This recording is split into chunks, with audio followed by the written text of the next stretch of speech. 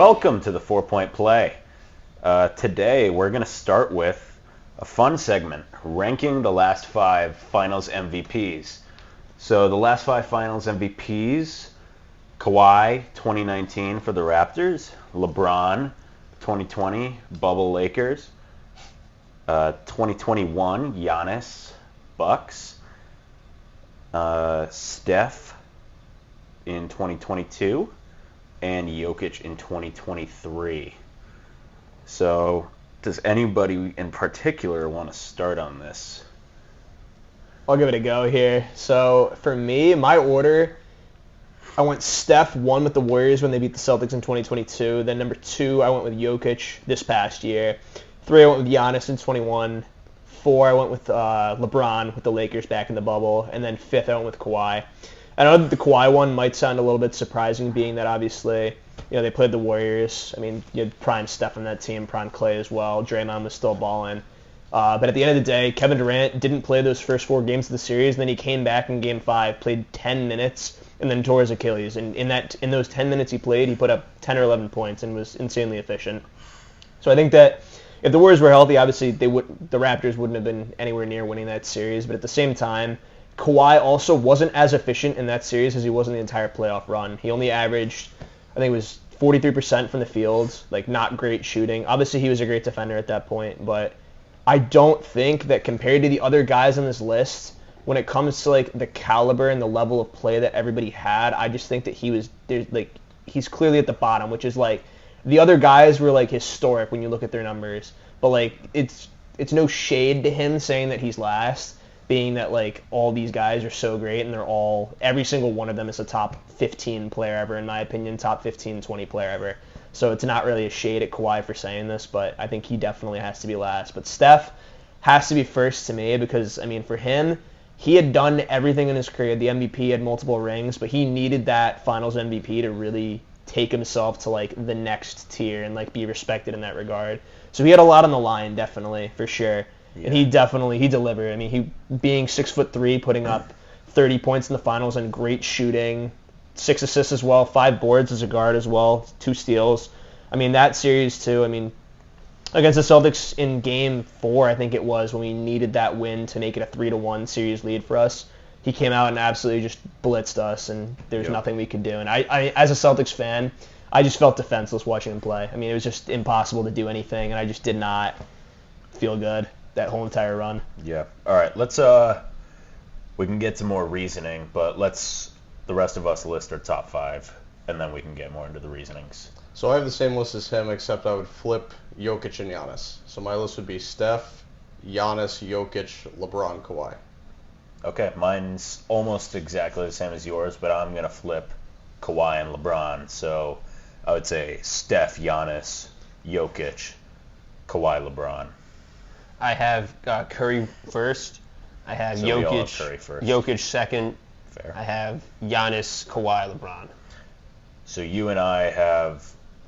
So we all are really close. So you and I have Giannis, Jokic flipped. You and I have Kawhi, LeBron flipped. I had... Me and him had the same, except he had LeBron 5th, I had him 4th. Yeah, so we're all like one off. Yeah. All right, so we all agree Steph's 1.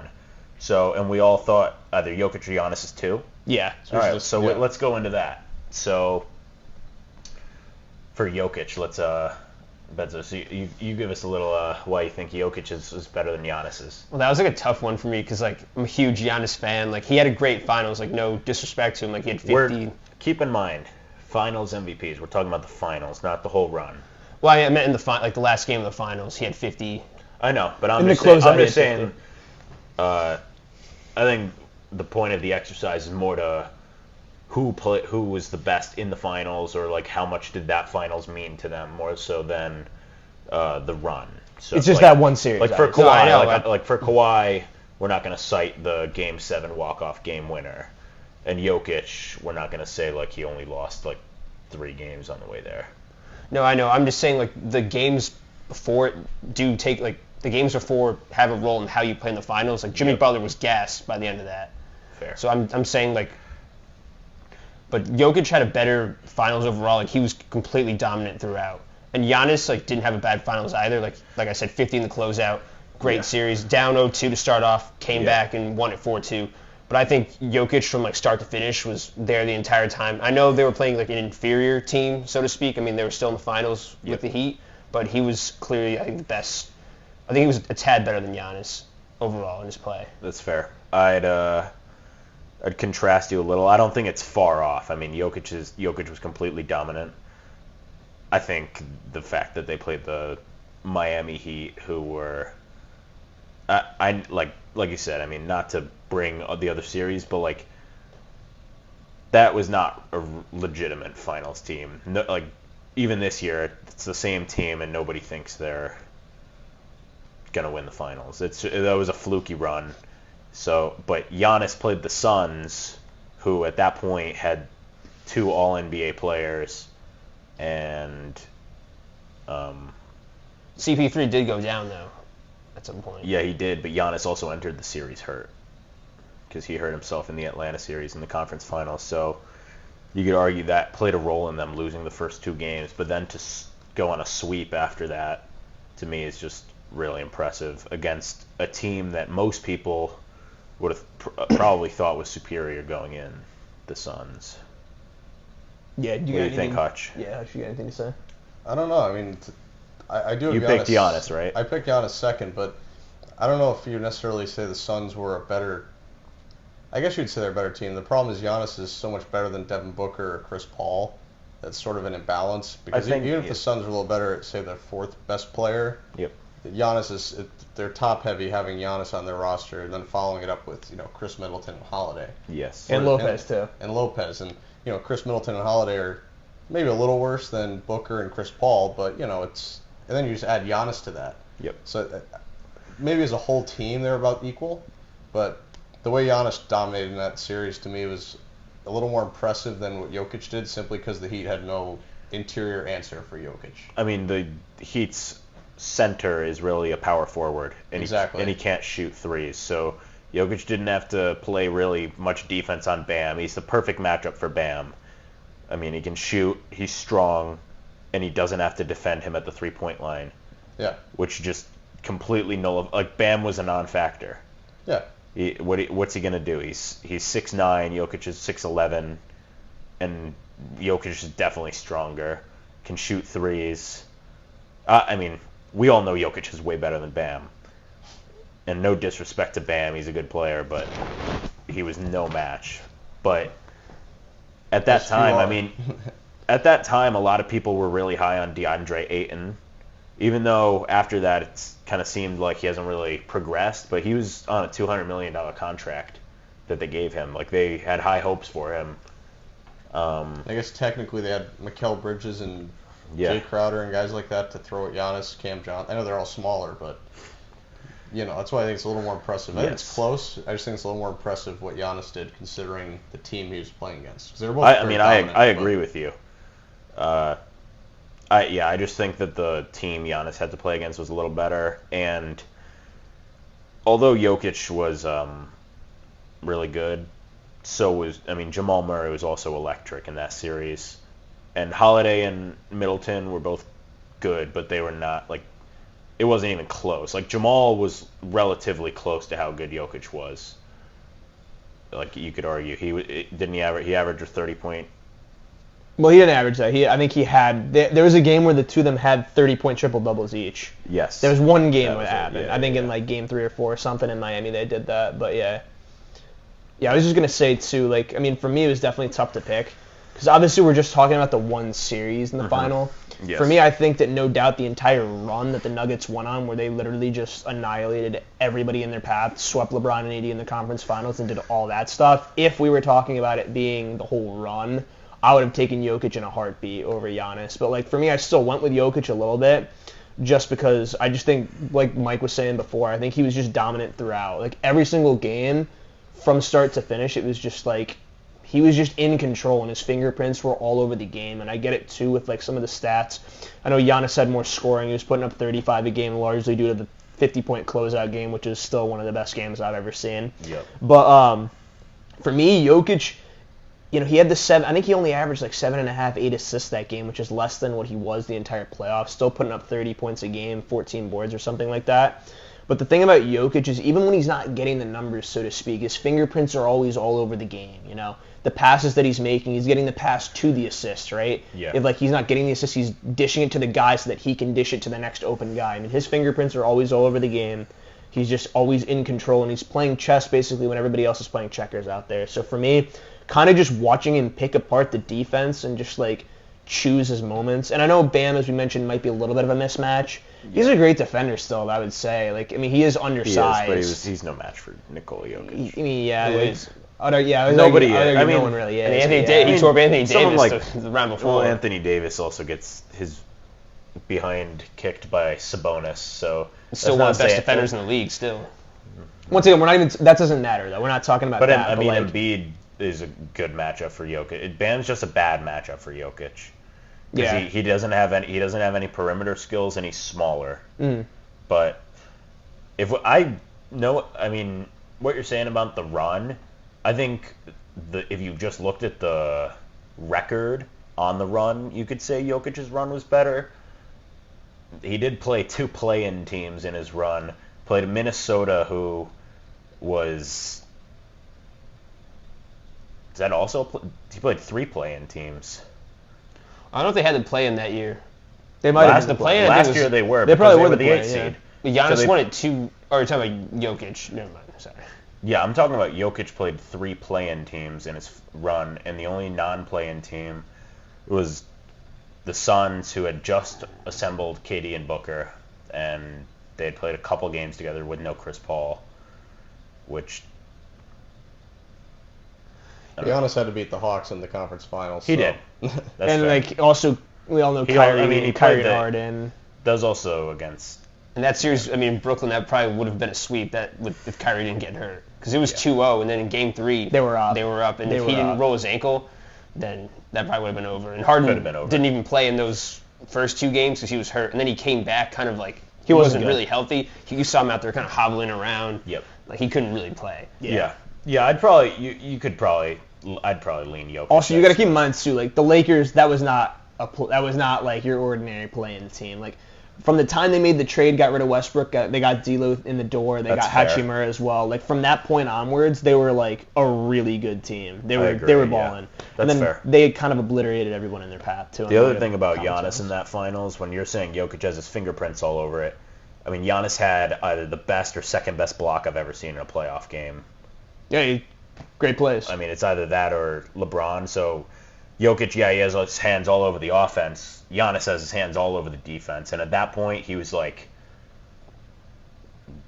could have been the best defender in the NBA. It was the season after he got his DPOY or the same season? I think it was the season after. Yeah. Season after. So, and I think also Jokic's credit, even though you might not view the Heat as the best possible competition, they still ran him down. It was 4-1 or 4-0. 4-1. So yeah, it's a gentleman's sweep. So I think you have to give him credit for that. Just you play who's in front of you, and they stomped him down. So that's fair. I think it's close. I don't think it's. Yeah. I'd slightly edge Giannis. And I'm more of a Giannis fan. If I had to pick the 2, I opt for Giannis. So I'm being objective. Yeah. So yes. I think too, another thing we got to bring up, because we've talked about Steph's, obviously. We talked about Jokic versus Giannis. Now I want to talk about the Kawhi and LeBron one, because those are the ones where it's kind of we all have them 4 and 5, right? Am I the only one who had Kawhi 4? I had Kawhi 4. I had him 5. So I think me and we were similar. Right. We kind of swapped. What's the HR department got to say about this? What do you got to say, Aj? Well, I don't have the numbers in front of me. Maybe you could check real quick. I forgot what LeBron averaged in that series. I would guess somewhere around 30. Almost a 30-point triple-double. Something like that. Yeah. And he shot almost 60%, I think, from the floor. He's 60% about, I would say. Yeah. And then there was that game where him and Jimmy Butler were just going shot for shot. No one else could really shoot. We had Danny Green's famous 3. He averaged 30 points. What was rebounds and assists as well? 8 assists, 12 rebounds. So he averaged 30, 12, and 8. Yep. So he shot way more efficiently than Kawhi. That's in fair. His individual finals. And I would agree his opponent is less, but not that much less, because the Warriors that year were not great once they got injured. When you take out Clay the last 2 games, No, Clay was the last 12 minutes of the last game. well, and the last game. Well, that's what He got he's saying. hurt. He got hurt in games. In Well, the closeout. Clay he got hurt in the closeout. He got hurt. He got hurt with how much time left? It was 2 minutes left in the third quarter, Yeah. and the Warriors were up 3, and they were down 3. Or yeah, the point is, I think the Warriors probably win if they get to go home and play another game. But They weren't go. They would have gone on That the is road. at- They this were game is at at home home. when that happened. sorry, I meant they close it at home, and they probably go in Toronto. But Maybe. I don't know if they That's do. what it felt like. But anyways, so anyway, I think across the board, LeBron's played better than Kawhi in his series, and Kawhi had the better run just because he had to beat Jimmy Butler's Sixers, which that year Ben Simmons was great. You have Embiid, Tobias Harris, Jimmy Butler all on the same team, and for Kawhi to beat them with Kyle Lowry and Siakam, it's just he was outmatched. And I know the Sixers aren't necessarily a winning franchise over the last 10 years, but 40. After the last 40 years, honestly. 40 years, yeah. But still very impressive, and he wins 4 straight against the Bucks, and that was a great Bucks roster that year. Yep. So the run, I would give Kawhi just for the nuance, just give him credit. 'Cause I loved what Kawhi did that year, but just in the finals, he simply didn't play as well as LeBron by any metric, and maybe his individual defense was better, but as we know, the NBA is not 50-50 offense-defense. It's, say, 70-30. That's definitely. So- I definitely agree with the 70-30. I think defense has a lot of value, but it's not half of the value. Not what it once was. Yeah. So. And then you- one like more you said- one more quick thing. Yeah. I also think Jokic played basically the same Heat team. He did. Similar quality Heat team that kind of surprised everybody. Yes. And then so to have Jokic 3 and then put LeBron 5, I think. One, basically arg- played the one series. thing I'd one- argue there is it's also their second finals at that point versus their first finals. So you think even though the roster it wasn't even comprised of the same players. A lot of the guys who Right, yeah. Was Max Strus even No. on? He was That- not on not the the bubble first team. one. That first team, Dragic and Bam were in and out. Like they didn't play Yes. every single game. Dragic didn't play at all, and he was their leading scorer. I don't think Dragic played any games. So the next guys up were a rookie hero and then a Duncan Robinson. Yes. Who he's better now. Like Duncan Robinson a couple of years ago couldn't really do anything other than shoot. Where now you can see he kind of has a little bag to him. He can drive. Yeah. He's definitely kind of expanded his game. Where Yeah. back then, he really wasn't doing anything. And plus, Jokic, while Murray's great, AD and LeBron on the same team, that year they were probably 2 of the top 5 best players. They were both first Yeah. team All-NBA that year. That's the other Yeah. argument I would use just in Kawhi's favor is Kawhi's second best player was second year Pascal Siakam, who had 19 points a game in the finals, when Kawhi's averaging 29, and LeBron his efficiency was way better. I mean, you can't take that away from him, but it also just makes it a lot easier to score when you have another top 5 player on your team. It does. It's a matchup nightmare. It's a Who's matchup nightmare. also going to be the guy who is drawing. I'd say AD was probably drawing more attention than LeBron in that series because just because of his position. Yeah. Not even saying Anthony Davis, I would say, also played at a closer level to LeBron than Siakam did to Kawhi. Yes, it's true. But the rest of the Raptors team is better than probably the rest of the Lakers team. It's a good point. The Really? Lakers didn't have a good roster that year. They were playing Rajon Really? Rondo and Dwight Howard. That was their lineup. It was at that point. Come on, big, they were but, washed. Just I mean- player for player, Fred VanVleet versus Caruso. You'll take Fred VanVleet. Would you? Fred VanVleet's been an He's- all-star. I he's would better take than him all day. Caruso. All day. Yeah, I'd be taking Fair. He's Fred. better But it than also KCP. wasn't. That wasn't Depends the which same. side of the It ball wasn't you the take same him. Fred VanVleet at that point. And also though. at that point, good Caruso then. got better from that point onwards. So you got to keep that in mind. That So was did kind of VanVleet. did he really get that much better? I feel like He Fred wasn't was an all-star at that point. he wasn't an all-star, but he was still probably putting up similar numbers. Whereas Caruso, that was he was very early on in his career, and I feel like he definitely developed a ton on the defensive end. He's recent. I feel like only recently people have started talking about him kind of being an elite defender. When he was on the Lakers, I feel like he was more of kind of a meme where people just liked him because he was the bald Yeah. white guy, right? That just He was a good player with the Lakers, just he's not as good as Fred VanVleet. No, yeah. But I do agree that Raptors team was better overall, and obviously the injuries that the Warriors sustained. I mean, the Kevin Durant one was huge, but once again, that Warriors team was still good. Other than It's still a team that had won Yeah. a championship with the roster they had They had their key pieces. They had Steph, Clay, and Dre Yeah. and Iguodala. Yeah, they did. And Cousins, Actually, Iguodala, I don't think Iguodala played. I think Iguodala was actually in and out that series as well. I think he was. I'm pretty sure he was. That was towards the end, but because they were depleted at the end. They had really no one to even pass to. In the last quarter. Well, just without KD even, they didn't have much of a roster. I guess. Because a lot of their older role players had kind of fizzled away. Yeah. But, like, I mean, I would just say once again, like, the run in totality, Kawhi's run was definitely better, and that's not even a question, because the Lakers, who'd they play? Like, the Blazers, the Rockets, and the Nuggets on the way to the finals, and that was before, Jokic and Murray really became that dynamic duo that they are now. But, like, I would just say LeBron's efficiency that finals was nuts. I mean, 60% from the field, 30 points a game. I would just, like, have to give it to him based off his numbers. I know 80 brings that mismatch, right? He was a top 5 player in the league that year, but I would just have to say that overall LeBron was definitely, to me, better than Kawhi in those series. But other than that, I think that our lists were all, like, pretty similar. It's cool that we all had Curry at the top. I mean, I think that's... One last point on Kawhi is just, to me, the story. I mean, they'd never won a championship before, which also helps Jokic's story. And Giannis's, they hadn't won since the 70s. Yeah. Basically. I mean, these long gaps are really impressive, and nothing against LeBron, but like he's winning for the Lakers, who spend big money on superstars. Kawhi gets traded to the Raptors for his one season there, and I mean, they've been good since, but they're just not the same, obviously. And LeBron in the bubble. The bubble definitely counts as a championship. It's nonsensical to say that it doesn't count. To me, it's just like, as a story, to me, the Raptors one just felt more impressive than the Lakers one. As a run. And Kawhi had It was epic to watch that run. Just the crazy finals. I mean, even just like you're saying, you could say statistically that, I mean, points, they're the same. LeBron's a tiny bit above in rebounds and about a bit above in assists, and a lot more efficient. So if you're going strictly stats, you'd give it to LeBron, and they won it in 4-2, I think. Yeah, so they were both 6-game series. Lakers should have gotten that done earlier too. For being They real, should that's have. not a They should great have. 6 In one game could have went you. the Heat's way too. Like there was one game that like the Heat could have won it. But Jimmy will get you. to me, and I don't even I mean, LeBron, like, winning that championship also just cemented his legacy.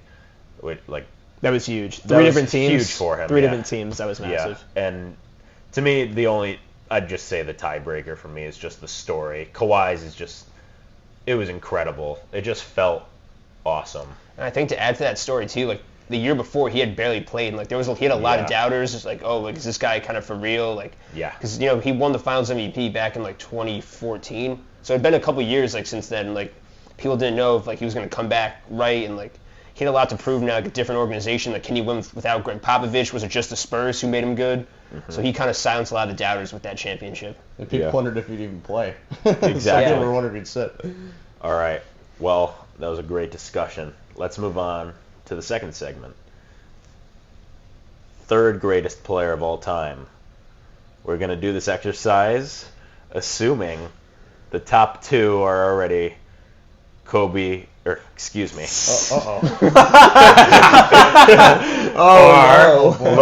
and Jordan. In that order, too. In that order. I have a feeling that you might. I have a feeling that you might have someone in mind. I don't know who it might be, but if you want to kick it off, we'll let you go first. Yeah. Do you want to? Well, I'll have someone else as the third best? I'll say who I have, but I'm not going to give all the reasoning right away. I'll let everyone else give their pick as well. But I have the late great Kobe Bryant as the third best ever. As the third best player to ever step on the hardwood for the National Basketball Association. Respect. Thomas, who do you have?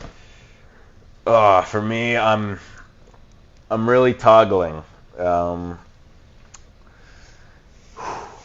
not easy. A lot of good guys. It's really hard. And my three, a lot of people might have deeper in their top 10.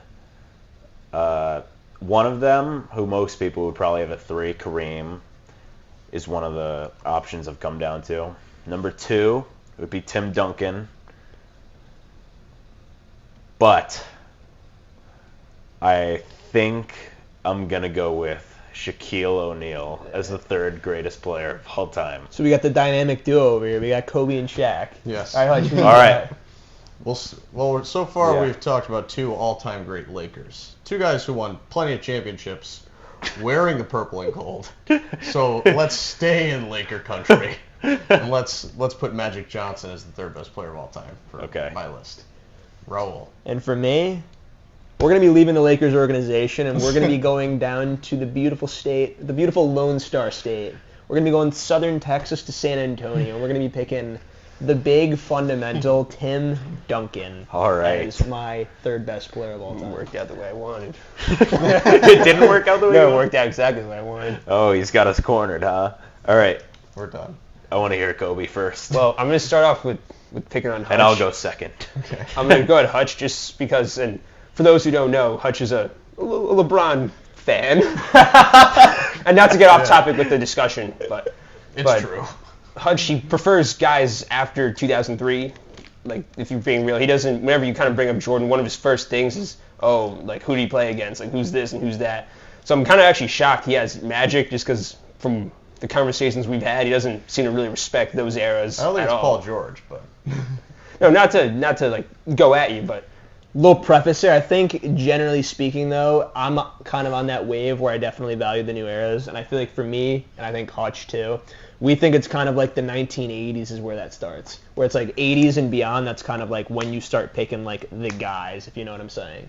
So yeah, well, that's a whole different discussion in terms of who's good in what era. I wasn't trying to get off track, but I do feel like most of the time when we bring up guys from the 80s and the 90s, Hutch he scoffs at them. He doesn't. I respect 80s and 90s. saying It's greatest, before not I best. can't. When Before you bring I up can't- like I Michael can't. Jordan, he goes, "Oh, who'd he play against?" Like, I think who's he's that? second all time. I don't think he's 20th. All right, let's stick to Kobe. Let's hear it. So there's a lot of reasons why you can put Kobe Bryant at 3rd, and not to disrespect like any of the other guys like Duncan or Shaq or whoever, like Will or whoever else you want to like throw in that conversation.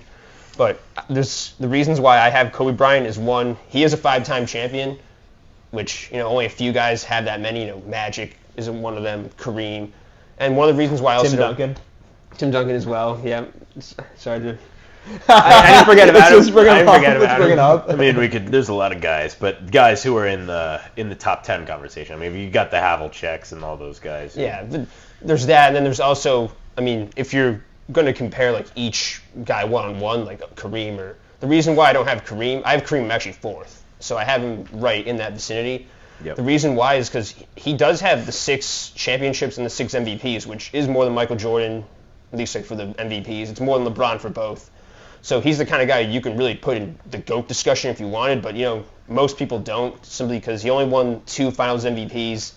Some of the years, like, he was on a great team every single time. Like, it wasn't just a duo. Like, he had Worthy, he had a lot of great role players, Byron Scott, AC Green, even Magic Johnson, of course. Oscar. Yeah. So, like, they had a great team throughout. And then the Bucks championship, he was dominant in 71. But there were years there where, he was going without making the playoffs in the 70s, where you probably can't even name, like, a couple stars in the 70s, like, from the Eastern Conference. So to not even make, like, be a top 8 team, I think is kind of... the way we do. Yeah. And I want to. I mean, there's a lot I could say, but I'll pass it off to you if you're next. I just want to know what Kobe, though. Why Kobe? Just the 5? Not just that. I mean, he's also one of the greatest players on both sides of the ball that we've ever seen. Defensively, he has the same amount of all defensive appearances as Tim Duncan. No, Tim Duncan's got more. He's got 15. Kobe's got 13. Around the same. And Tim Duncan played less years because he didn't go to college, or he went to college for 4 years as well. Kobe came straight out of high school and had those extra years. But they're still up there. It's definitely one of the 2 best defenders of the 2000s. And Tim Duncan, he couldn't do what Kobe does offensively. And they're both, I think, similar on defense. Duncan never won a Defensive Player of the Year award, and whether he may have deserved it or not, Kobe was in the running. He came 3rd a couple times. He was in the D-point running almost every year. So he's a legend on both sides of the ball. And I think in terms of Duncan, Duncan most years when Kobe had a team, you didn't see him in the finals. Most of the years he won against the Knicks in the lockout season, which that's not like the most highly looked upon finals. He won in 02-03 was the only year he won when like Kobe actually had like a real finals contending team. Every other year he won, like 06-07, you know, Kobe had like a mediocre team at best, probably worse than even like the Cavs team LeBron had. So outside like those years, you know, when Kobe was like had his teams, he wasn't there, and Kobe beat him in the playoffs a lot. I have a couple written down. I'm not gonna go through them all, but I know in the 07-08, Kobe beat him in 5 games and hit him with 40 or 39 in the closeout in 5 games to go to the finals. So when Kobe actually had like guys around him, like Duncan really was nowhere to be found in the playoffs. That's fair. I'll respond to that too. Nowhere to be found, I think, is kind of a fallacy because what happened in 03? Kobe had Shaq and still lost to Tim Duncan. Well, I brought that up. I said outside of 02-03. If you have Shaquille O'Neal, if you have 2 top 10 players to ever play the game in your team, after winning a three-peat, with Shaq as the best player on the team. So after winning a three-peat, with Shaq as the best. So he had more than Duncan at that time. But he wasn't. He did have more than Duncan. He wasn't the Finals MVP. No, but he very well. He on those runs, I have like some of them written down. He was just as close outside the 99-2000 season, like the 2000-2001 run and the 01-02 run. He was right up there with Shaq. But the point in is, some series he was even better than Shaq. But the point, why did he win a Finals MVP? Shaq was better in the finals. Yeah. By a little bit, not even by like that much. Well, the first one he was better by a mile. That's why I said 99-2000, the first one they won. One thing I'll say, though, is that in those series, at least, when you have to play Shaq versus Duncan, it's the two of them as the matchup, and then you have Kobe running free. Yeah. So who's matching up with Kobe? Ginobili, Parker. They weren't on those teams yet. Parker might have been, but Ginobili came later. And Ginobili, when he first came to the Spurs, Bowen, too, one of the great defenders. But nowhere near the level of Kobe. Or Sean Elliott Couldn't guard him at that point? I forget. Might have been Sean Elliott. Or Steven Jackson, maybe, I don't know. But the point is, you have Shaq and Tim Duncan guarding each other in the paint, which makes it so much more impressive. Because David Robinson was really only there as like an elite player for the first championship that Duncan won. And when he came into the league right off the bat, in 99 he won the title. And you can talk about it being a lockout season, this, that, there's none of that. Lockout seasons don't matter. LeBron won his first ring in 2012 in a lockout year. The bubble, like, it doesn't matter. No, I didn't say it didn't matter, but I just said, like, from some people don't view it that way. And they beat an 8th seed Knicks team, too, which isn't, like... Well, do you? No, it's a ring. Like, I don't discredit anyone's ring. You have a ring, it's a ring, no matter what. And that goes for anyone. But it was an 8th seed Knicks team. And then one of his other ones... But Jokic you put above all those other guys. He'd be an 8th-seeded Heat team in the finals. And you put him above Giannis, you put him above all those other guys. No, I know. I didn't say like it doesn't matter, but you're bringing it's not the most impressive. But you're bringing it up as points, if you know what I'm saying. You're bringing it up as, it's an asterisk because of this. But before you were saying, but he was still dominant here from start to finish in the finals. No, I'm not saying like it doesn't matter. Like he still won it and played great. But I'm saying like they kind of act like, or not like you in general, but there's kind of a narrative that like, Duncan was out there like, when Kobe had his teams, like when he had Shaq, when he had Gasol. When he had Shaq, exactly. When he had actual players, because you look at like the 04-05 roster, the 06 roster, like there was no one out there. Lamar Odom, the next best guy that was out there. So, like that's barely a team. Like people talk about the 06-07 Cavs. Those Laker teams were probably worse. If you look at the roster top to bottom, like Luke Walton, he could barely even play, and he was out there putting up 9 points a game as like a starter. Yeah, but who did Tim Duncan have that was anywhere near the level of Shaquille O'Neal? Well, he had David Robinson in the early years.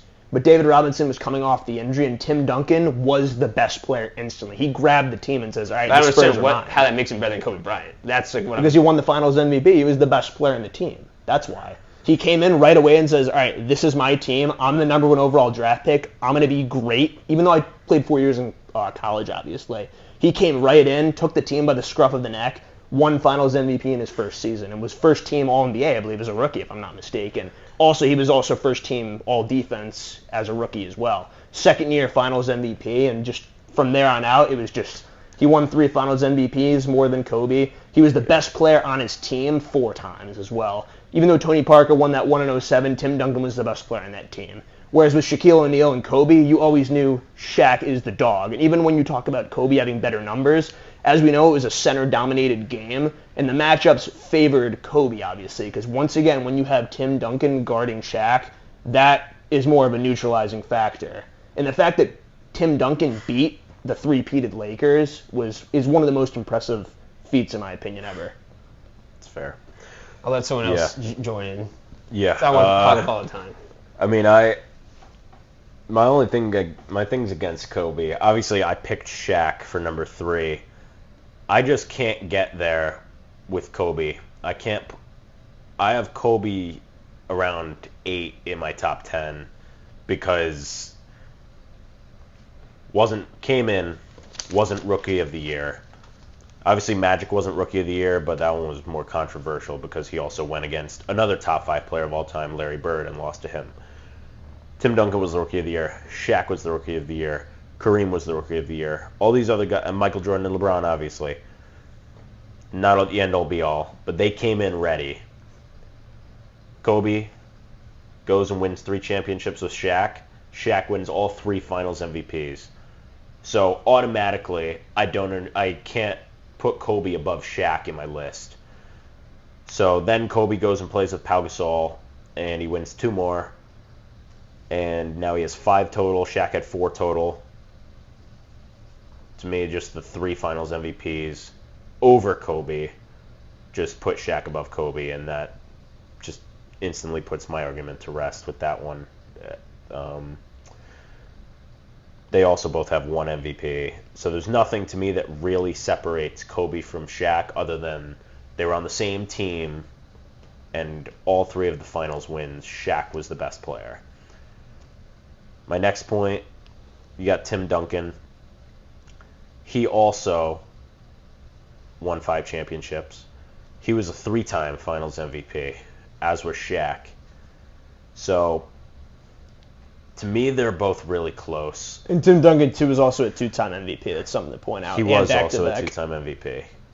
But we could also, some of us would acknowledge, I don't know if Mike would agree, that Shaq was the best player in the league for a long time, and he might have deserved a couple more MVPs. 3 to 5 years, something like that. Yeah.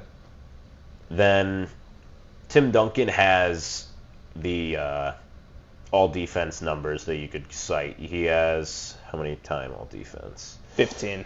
15-time all-defense, 8-time first team, 7-time second team. Shaq is only 3-time second team. But all-time, Shaq has 2,732 blocks, and Tim has 3,000 blocks. But per game, Shaq averaged more blocks. So, to me, it seems like it's a little bit of a skewed system. And obviously, they're going to be competing because they were in the same time, pretty much, where they were in their primes. And they have to pick one center based on actually, I guess Shaq was only making the second team. I just don't understand. Maybe I would have had to watch more, but that seems just like an interesting stat to point out that Shaq averaged more blocks a game than Tim, yet has a fifth of the amount of all defensive teams. To me, Shaq's peak is the highest peak of anybody except LeBron and Jordan, and that doesn't necessarily decide where you rank, but I just feel like he was absurdly talented. I mean, nobody could stop him. And it was pretty short-lived, his prime. Even though he won with the Heat, he only averaged about 13 points a game. He wasn't great when he won the championship with the Heat. So, he was good those first 2 years, though. He wasn't good in the year that they won the chip, yes. But the year before, he was in the MVP race. I think Steve Nash kind of robbed him there. Yeah. I don't know what caused him to be that low of a scorer. I mean, I know Wade averaged 35 in that finals. So there's every player I think on here is going to have knocks. Mm-hmm. Tim Duncan, I mean, the other guys who are winning the finals MVPs on his team, you wouldn't put those guys ahead of guys like Dwayne Wade, who won the finals MVP. You wouldn't put them above Kobe. You wouldn't. So the fact that he was losing some of those finals MVPs with those guys might be a little bit of a knock. And the voters might have had some interesting takes with the all defensive stats as well. Hutch, who did you say? You said Magic? Yeah. My other thing with Magic, and this is my thing with Magic and Kareem, it might sound weird, and it might also slightly contradict my Kobe Shaq one, but Magic and Kareem, to me, neither of them is top 3 because they needed each other. And you could say Kobe needed Shaq as well, and Shaq needed Kobe, which is true. I'd probably have Kareem at 4 or 5 and Tim in the other spot. And then I might even put Bird over Magic and have Magic at 6. But I don't know. Kareem having 2 out of the 6 Finals MVPs is not awesome. And then also Magic, same as Tim Duncan, had 3 out of 5. So ratio-wise, so far, out of all these guys, Shaq's got the highest percentage of Finals MVPs per Finals win. Well, my thing with Shaq isn't so much that he's not a great player. It's just that he had so many I don't want to say lackluster, but he had the potential to be the greatest player ever. You're And right. he says it, he even acknowledges it. Kobe Bryant had said it in the past. He didn't work to the level he needed to, and not that it takes lowers his order a ton. No, it does. But I think His when you career have would have been a lot longer when you and have a lot more dominant. when you're 7'2", have real skill, have moves, and you're towering over every other player, and by your 10th year you're already kind of on the steep decline, because after 2002 he was every year worse and worse. Yeah. And he played 8 years after that. He retired in 2011 or 2010 was his last year. Mm-hmm. And even in Miami, he was great the first year. The second year, he was good, but nowhere where he was even a couple of years ago, 2 years ago, 3 years ago. Then in Phoenix, he was mediocre at best, to put it nicely. And then after the Heat, I mean, it kind of fell off. One more thing I'll say about Shaq, and then we'll let Hutch get on a Magic. You gotta speak about Magic. Yeah, we gotta speed it up. But Shaq is the only player other than Will to have his jersey retired by 3 franchises. He has it retired by the Magic. He has it retired by the Lakers, obviously, and also the Heat. I'm sure LeBron will also get that. We'll see. He will. Maybe. Kobe's got 2 numbers in the same franchise. That is an interesting That's stat. why he's the 3rd greatest player of all time. Not that it means anything, but. All right, let's get on to Magic. We're All taking right. too long. All right, I'll try I not took too to. long. I have a few points because I have a lot to say on what everybody said so far. Yeah. Quickly, segment's I would getting a little say longer. I disagree with the idea that Magic and Kareem need each other and that Kobe and Shaq need each other. Kareem needed Magic and Kobe needed Shaq.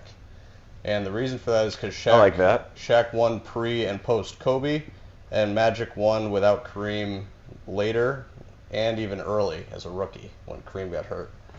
So I would say, the reason I say Magic, he has basically the same resume as Tim Duncan, minus the defensive stuff.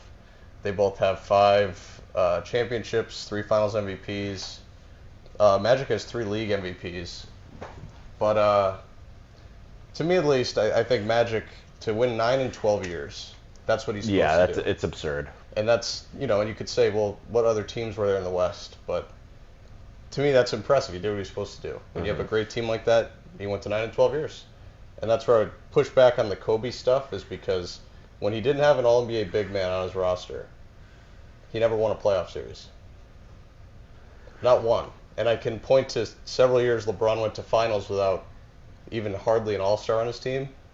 So for me to put Kobe right next to LeBron all time, I gotta have some more individual success. I'm glad you moved LeBron at 2, to have him next to him. I'm saying right in the same echelon. He caught you. Right next to Jordan. Also, you can, on the flip side, you can say Kobe Bryant is the only player ever to win back-to-back finals without an top 75 player, which has never been. Gasol not in the top 75? It's not. Is And Kyrie That Irving? is criminal. No. Oh, they didn't win back-to-back, but Having But regardless, he was an All-NBA big man at that time. And Kobe's resume post-Shaq, Shaq leaves, they miss the playoffs. They lose to the Suns, give up a 3-1 lead, lose to the Suns in 5. And during that span, he's requesting a trade on Stephen A's radio show. And there's a leaked video of him in the parking lot slamming all of his teammates. He was an awful teammate, awful leader. and he just never did anything on his own. I mean, I Never even wouldn't- went to a conference finals on his own. I Never mean, won a playoff series. I mean, I guess on your own is like a kind of a vague term, but Not a series. In fairness, not a lot of people do win on If he's third all time, he should do something. I mean, who? Because I mean, some of those Lakers teams, Which like, champion has won? Magic Johnson. He went without Kareem. Yeah, but I don't think Kareem was hurt that entire series. No. At the end of his in '91. And he had Kareem was Worthy. already I gone. mean, Yeah, but he had Worthy. Yeah, Worthy was good. and Worthy has a Finals MVP. I know both of them were already getting old at that point. I mean, Worthy's a guy. They won That's not early, like they won late. Yeah, but it's not like the it's, Lakers it's had not Chris like he's a Mim nobody. as a center. Like that's not like comparing Worthy to like guys like Chris Mim and like Walton. That's not like Yeah, like in fairness, I mean, like James Worthy's better than Pau Gasol. Well, even when Magic came back, because he came back for a part season in 1995, they even made the playoffs that year. They had missed the playoffs. He's a the great last few years. player. To do stuff like I don't know. That's where I fall short with Kobe personally. I think he was just an individual stats guy. He was never efficient either. He was always never a shot efficient. chucker. And Yeah. one thing I'll say is when you talk about black marks on people's resume, he's got 2 black marks, 04 and 08. And he was bad in both those. I know you're going to turn over your notebook and take a look at that, but he was not good in those series. And to lose to the Pistons, and even though if you're going to say Shaq played bad as well, Kobe did not shoot the ball well that series, and they were both bad. no. So that's his worst finals in terms of like efficiency and overall. And he's still. And I have like a few. I do have a few numbers. And he did beat Spurs, by the way, in that. On that But he run. lost to the Pistons in the final, so He that's did. still a black mark, definitely. And by the way, LeBron has And he 2 didn't beat the worst finals. Spurs. than He that. didn't, he Just also one thing I want to point out, he didn't. And we're not talking about LeBron. He didn't beat the Spurs either. He had Shaq once again. He had Shaquille O'Neal to go against Tim Duncan. So it's not like he this was- beat Tim Duncan. And if you look at this run, like in the 03-04 run, like Shaq was not really that good at all. But he also had. He was better in the final series, but This is what I'm saying too. It's the matchups as well. Like Shaq having to be guarded by Tim Duncan is so much more difficult. And you're gonna say Bruce Bowen's a good defender. He's nowhere near the level of Kobe Bryant. Like being able to guard a player like Kobe, he's not even in the same stratosphere. Tim Duncan and Shaq on the all-time list. If that's your matchup, like that's just like a wash right there. Like you should be like showing that your numbers are going down a little bit. Like it's not an easy matchup to have there. And also like once again, he beat Duncan on the way there. They had the better team by far. Shaq and Kobe is debatably the greatest duo ever in terms of having 2 top 10 players to ever play the game in your roster.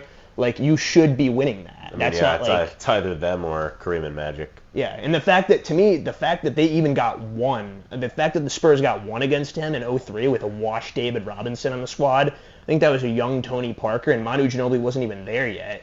he I mean, was that there.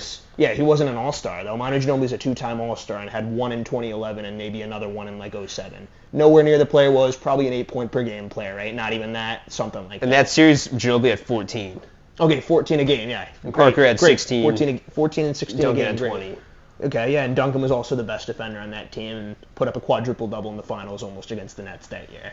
But yeah, no. Tim Duncan, same amount of rings as Kobe, one more finals MVP than Kobe, double the MVPs as Kobe, more all-defensive teams than Kobe, and he didn't have a top 10 player to ever play the game in his roster. When he got there, David Robinson was clearly over the hill. He was still decent there for the first ring, obviously. He was a good player. Tim Duncan, once again, grabbed the team, scruff of the neck. This is my squad. I'm going to win my finals MVP in the second year. Rookie of the year as well in the first year. Came in, just very experienced player. Won them in 03. First team All-NBA in his rookie year. First team All-NBA in his rookie year, whereas Kobe wasn't good until his third year. He was an All-Star his second year. In his first year, they didn't really play him at all. And like I'm not going to get into like the history of like the high school and stuff, but Kevin Garnett was the first player to come out of high school in like 20 years in 95 the year before. And like they weren't really playing high school guys like those kind of minutes.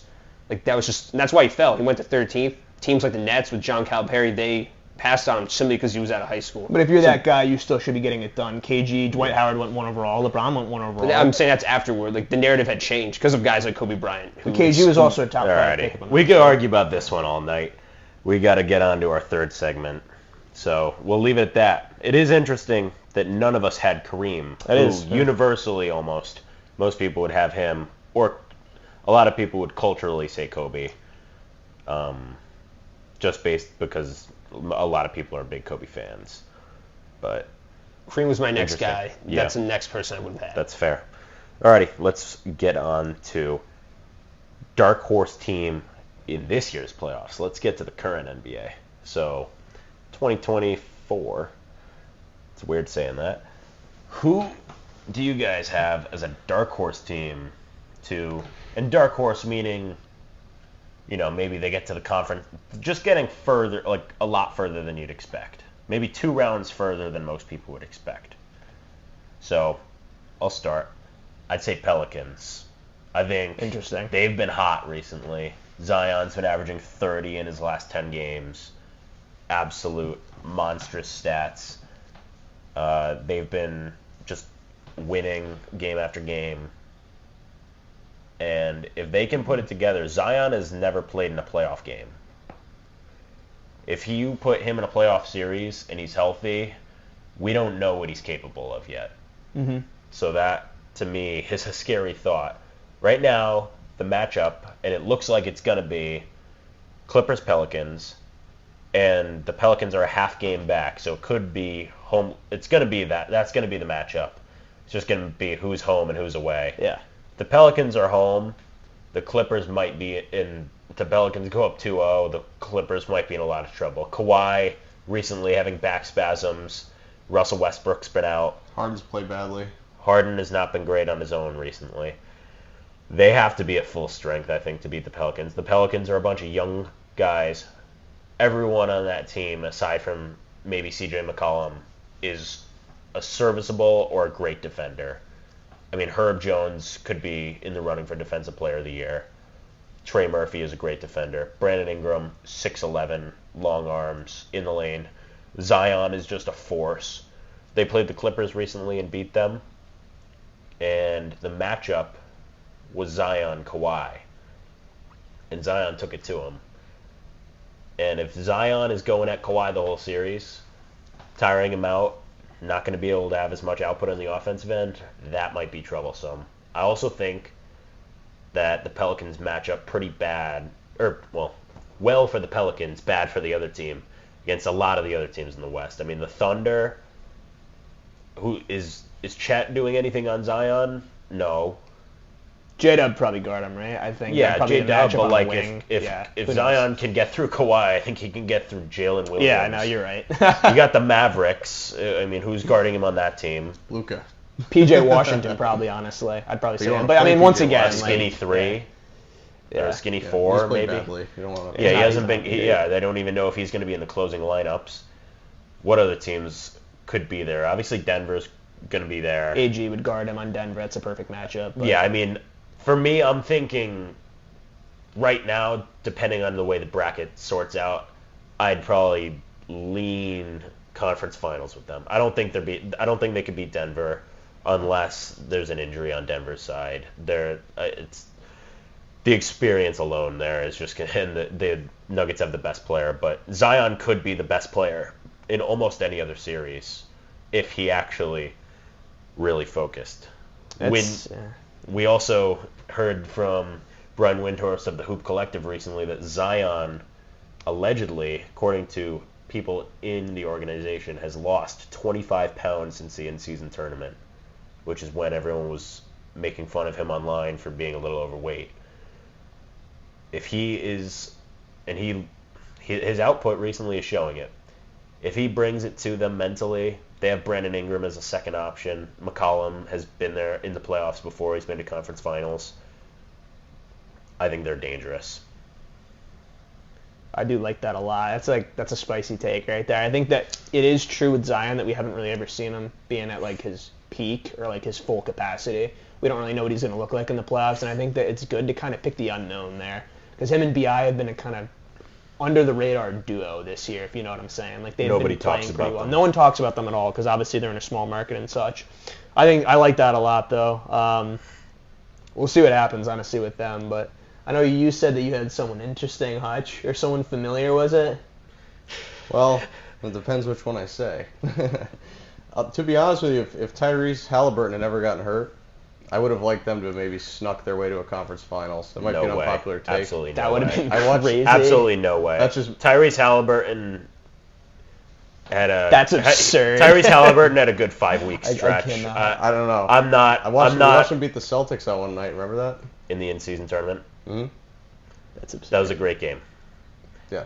I don't think he's making the conference finals with the Dark Pacers. horse. To me, I just don't. Dark I don't. horse. That's not my pick. I didn't see it. I mean, to me, he's a little bit. I think he's been crowned a little quickly. Well, if they kept playing great and stuff, who knows? I would if they could have gotten a decent seed. Yeah, I understand that. Right I mean, at this point, like after the All-Star break, he's averaged like 12 points a game. So yeah, no more. But I'll go with the Miami Heat. I was thinking Solid about going pick. with the Lakers for obvious reasons because they're kind of repeating their last season's trajectory. Yes. But it seems like they kind of have a ceiling. They definitely can't beat Denver. Likely can't beat Sacramento. I'd basically say those are the two teams they can't beat. and they are going to have to go against one or two of them pretty quickly. Yeah. Yeah, so that's why I think it would be hard to call them a dark horse because the team that they'd have to play those guys immediately. They have a way harder path than the Heat will. There's not as many teams in the East. Which is why I picked the Heat, yes. Because the Heat, we've just seen it every year. Doesn't matter what their seeding is, the regular season record. Yep. They have the toughness and the coaching to compete with anybody. Mm-hmm. And people talk about Heat culture all the time, and sometimes I think it's blown out of proportion. They have guys like Dion Waiters running around and stuff like that. Get overdosing on edibles in the plane. Yeah, like nice culture. But there really is something to the Jimmy Butler and Eric Spoelstra where you don't want to play them.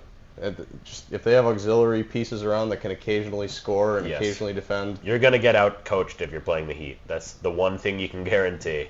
Best coach in the NBA by far. It's not even close at this point. So, yeah, I just like their odds. The only problem is they might have to play the Celtics in the first round. Now, they can obviously beat the Celtics, technically. That's going to be a brutal You can't write it series, off. man. I don't want, as a Celtics fan, don't want to see the Heat. Absolutely not. Anybody else. Yeah. But and they're also a dark horse now because they've lost 7 straight. I was about to say, what's really interesting about picking the Heat as the dark horse is they were in the finals last year. How often do you say a dark horse is a team that was just in the finals? It's true. That would have been like last year, saying the Celtics were a dark. I mean, obviously it's different just record-wise, but it's so interesting that they were just in the finals. Yeah. And because they've struggled a bit, they're not always a great regular season team. In 2022, they were the 1 seed in the East, but last year, once again, they were in the play-in and they made the finals. Right now, they're on the edge of the play-in. Mm-hmm. We'll see if That's a great pick. They got to get healthy. That's the first problem. I mean, if you're gonna pick one of these teams that's in the lower seeds, like under 5 seed, that's a good team to put your money on. Well, I would have picked the Pelicans, but you said it first. Oh. Interesting. Wow, a lot of Pelicans love going on here. All right, Mike, who do you have? So I was thinking about doing the Heat as well because, they are a scary team in the playoffs, but I didn't really view them as a dark horse just because, they're in the finals last year. Fair. And I would have had the Knicks, but I feel like they've the wheels are just falling off. Like, Randall's been out. Yeah, OG is back now, but not 100%. Mm-hmm. Brunson's been in and out. He had an ankle injury against the Cavs.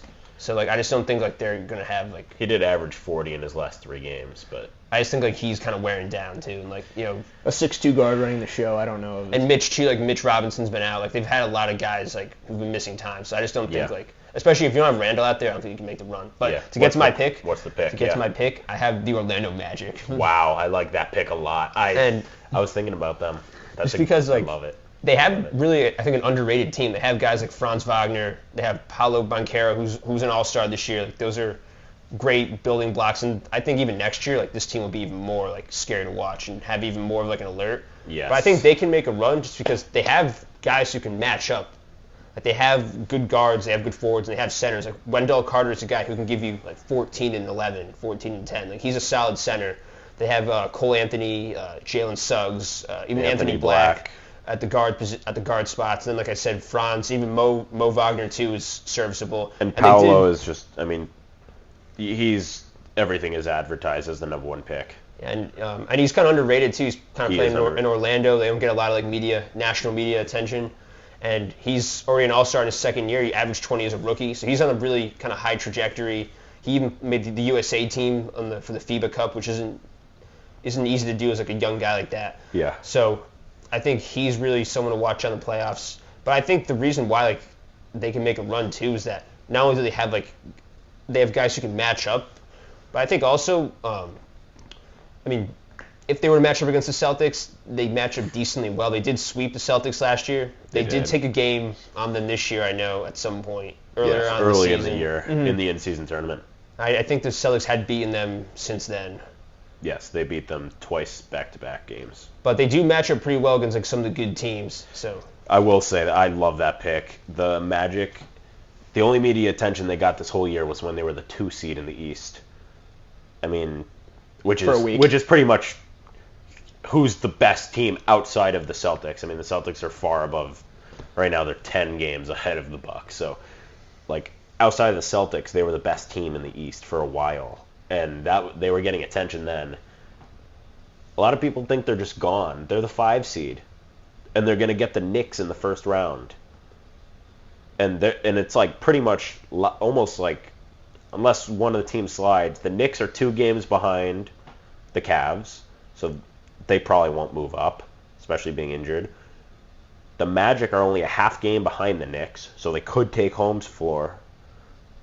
And then right now the Magic are 2.5 above the Sixers, who are also probably going to keep losing. Yes. So it's looking like it's going to be 4 or 5 Magic Knicks. Magic get home floor, and the Knicks might still be injured. If they don't have Randall, I mean, and dark horse for Magic too could just mean winning a series. yeah, and I think like they really have more of a realistic shot than like some people really. I mean, it's the Magic. It's true. Like dark, yeah. Like last time they were higher than the 8 seed. Yeah. They were years. A while. It's been a while. I mean, they were like dabbling around like 8. They had like a duo of like Vucevic. Fournier and Vucevic. I mean, last year they were the worst. Last year they were the Aaron worst. Gordon too. So. DJ Augustine running the point as well. They were in last year in the East. Were they real? I think they were 15 last year. They might have been, right? Yeah. I'm gonna look it up. I'm almost They were positive. they were in the bottom dwellers. I know they were not a play. Well, it had to be bad to get Bonchero as well at number 1 2 years The year ago, before, so- yeah. Well, they've been once they gave away like Vucevic, they were in the bins for a while. They sold on him at the right time, though. I mean, Yeah, he's Jonathan not. Isaac I was wrong. Never came They out were the to be anything. 13. He's still seed. there, I think. Too. He gets hurt all the Yeah. time. That's the Yeah, problem. he can't get on the floor. They were the 13 seed. They were above the Hornets, and I didn't realize the Pistons were that bad last year too. Oh yeah. Wow. I knew they were awful. I thought they were a little better. They're in Detroit. Yeah. Yeah, they've been last couple of years. I mean, they're better than they are this year. But the Magic were the 13 seed. 13-5 is a huge jump. It is. I mean, last year they were 34 and 48. Right now, they're 41 and 28. So they're looking good. And they're a team to watch out for next year too. Another off season for Paolo, another off season Yes. for Franz. Maybe get a free agent in there too, so like a solid veteran free agent. I mean, they have a lot of guys who have trade value. I mean, you could trade Jalen Suggs. A lot of people like him. He's a hard-nosed defender and he's just a good player all around. True. That's a great pick, Mike. All right, Raul, what do you got? I do like that a lot, too. I think the Magic, that's kind of like, out of all the, I mean, my pick, too, I think that, I mean, it's a sleeper based on where they are this year, but it's not, like, on the level of the Magic.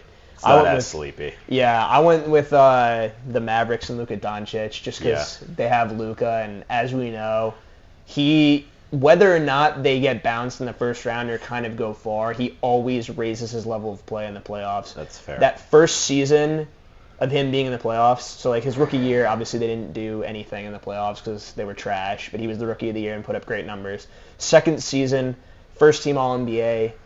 They go to the playoffs. Everybody was talking, oh, the Clippers are going to win this one easy. Like, this is not going to be anything special. Like, the Clippers, they have Paul George, Kawhi Leonard. They're going to be walking past this series. We're already looking forward to the Lakers, right? Mm-hmm. Then Luka Doncic has that game winner to tie it up 2-2 in the series, and then they obviously end up losing 4-2. But, I mean, to take 2 games off of the Clippers that year is pretty impressive.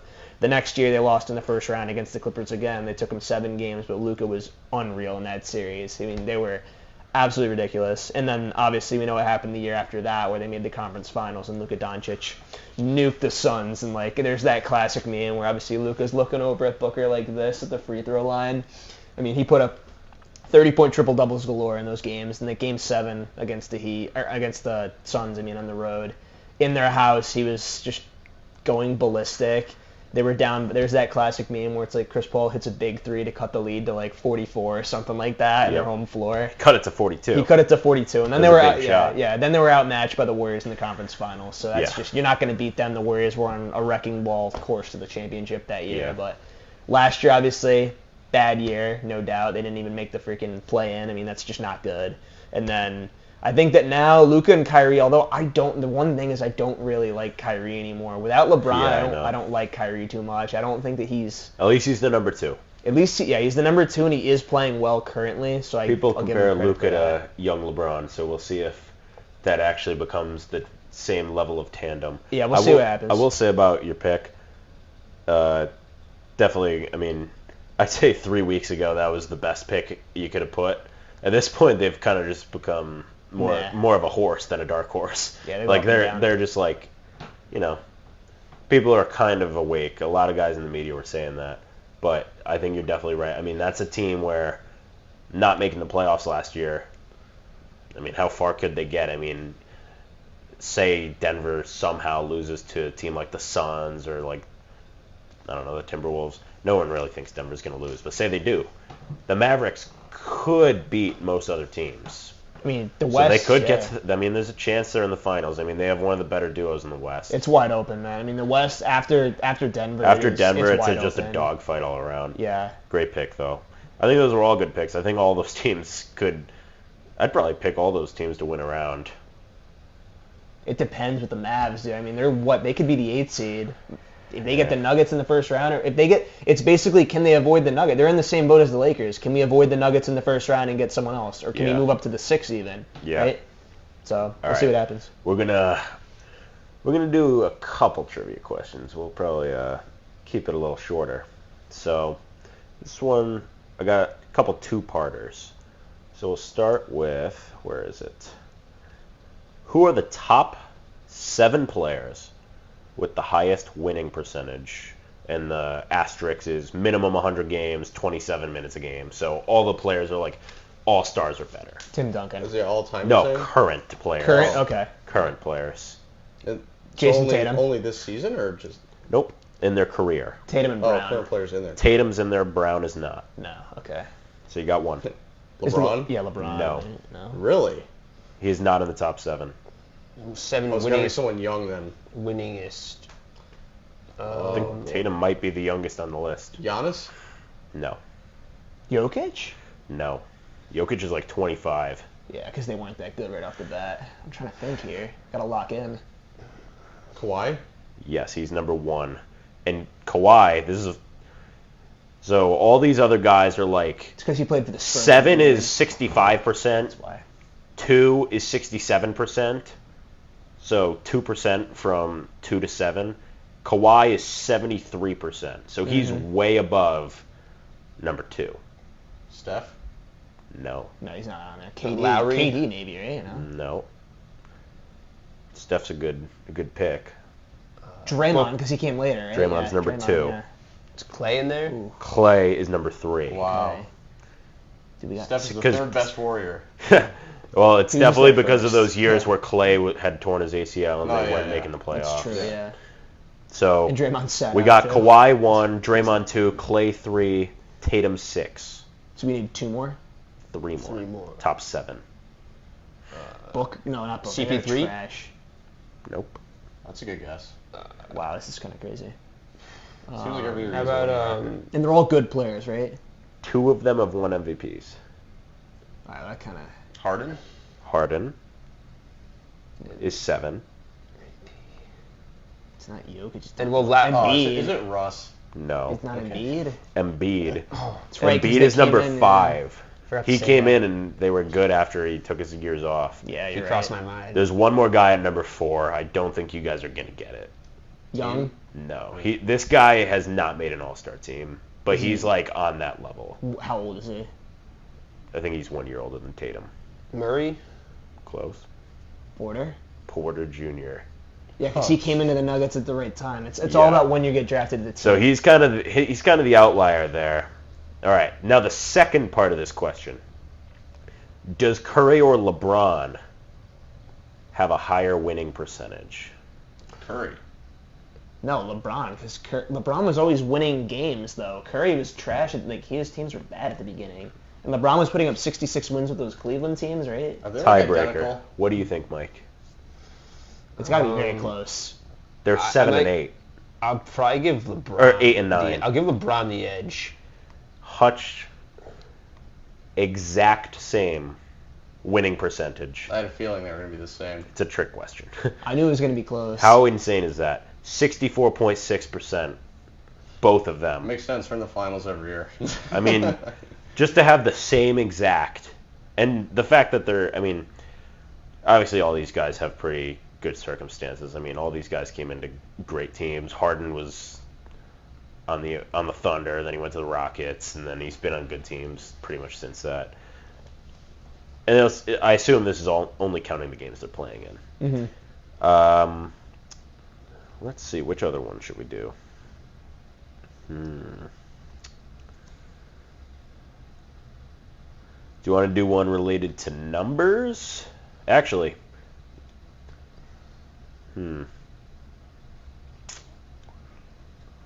want to do a finals one, a three-pointers one, or a jersey number one? Let's do a finals one. I like that too. All right. I like the finals. How many players have dropped 50 points in a finals game? And can you name them all? I know Giannis is one. LeBron. Jordan. So, LeBron and Jordan. LeBron, Jordan, Giannis. Rick Barry. Don't tell me it's Rick Barry, isn't it yet? Rick Barry dropped 55. Got it. Good job. I'll throw Will. I feel like he's got no. Jerry West. No. Jerry West is in there. How many more? Is there The old Two. white guys. Two more? 2 more. 50. Not Shaq? They're older. They're old. Mikan. No. Pettit. Bob Pettit. Another old one. Yes. Russell? No. A lot of people have this guy pretty high. A lot of people would say this guy's probably... A lot of guys who are older than us would probably put this guy in the top 20 or 25. Robertson? No. 50 points. Oscar was more of a Elvin triple-double guy. Hayes. Yep. Or no. West Sorry. Elgin Baylor. No. What? Elgin Baylor. Yeah. I had a miss here there. No, that's the right. finals lost, right? Yeah, he never won the Yeah. finals. But he had He 60. got He's a the only ring player here. to ever have 60 in a finals That's game. insane. I forgot about that. He's never That- won the finals, though. I wonder if that's He going to got- start He got a changing ring when he soon. retired. He was on the team that year, so they gave him a ring, Oh, they even though he didn't play in the finals. Do you guys think that's going to start changing the scoring in the finals? Yeah, like how modern scoring has gone up. I mean, we're getting all the 70-point games. Do you think the scoring in the finals is going to start? I don't think so, because as we know in the playoffs... I mean, Giannis is the only guy after. Yeah. I mean, I don't know what. After LeBron. So that was 2018 when LeBron did it Yeah. when they lost. Steph came close to at one point. I know he put up like 40-something at one The point. fact that LeBron and Giannis are the only two guys to have 50 in a finals game after Jordan. No, yeah, the game like I think what, Kobe had 49 and 1. No, it's not 50. Get the threshold. Yeah, but like, all right. One thing I'll say is like in the playoffs, especially, it becomes more of a half-court game. It's not like a run-and-gun type game. So like the defense and stuff, people lock in as well. I don't see that happening. That's fair. I mean, I don't see it being like a common occurrence, I guess you would say. yeah. I bet on Luka to do it if he were to make one. All right, this one's fun. This one should be quick. How many players currently have a last name that starts with X? Xavier Tillman's one. That's the first name. Last name. Wow. Just take a guess. It's a low number. 3. Nope. 1. Nope. 2. Nope. None. 0. Currently. Okay. How many all time? 1. Nope. 0. 0 people in the NBA have ever had a last name that started with X. That makes That's sense. insane. Isn't that a little... I don't know, you don't think anyone would have the last name It's not like Xavi. Xavier? You know? I don't know. I thought that was interesting. Xavier McDaniel. All right, we'll do one more. Just to appease the Celtics fans out there. Recently, Sam Hauser's 23-minute mark marked the fewest minutes played by any player in league history to hit 10 three-pointers. If he didn't roll his ankle, he might have broke the record. Which other Celtics have made 10 threes in a game? I want to There's say only 2. Danny Ainge, No. Bird. No. Ray Allen, No. His highest is... Paul Pierce. No. Is it like a known person, or Yes. is it like Yes. Antoine Brown? Walker? Huh? Brown. Jaylen Brown is 1. Tatum? No. Kemba Walker? No. Eddie House. No. Not Rondo. Don't tell me No. Rondo had 10 threes. No. Tell me who's a big KG. No, it's gonna hurt when you hear it. Well, we're gonna get it. So Oh, you know them. Not Terry Rozier. Havlicek? No. Kyrie, No. Gordon Hayward. No. Marcus Morris. Marcus No. Smart. Oh, Marcus Smart had 10 threes in a game. Him and Jaylen Brown. How wild is that? You think of all the best three-point shooters on the Celtics. Oh my god. Yeah, you don't think it's smart. That's why it's not a lock championship this year. They traded away the greatest three-point shooter of all time, Marcus Smart. Yeah, the Why would you greatest do that? Celtic three-point shooter ever. I know. I mean, yeah. So there's 3 guys now that Sam Hauser has done it.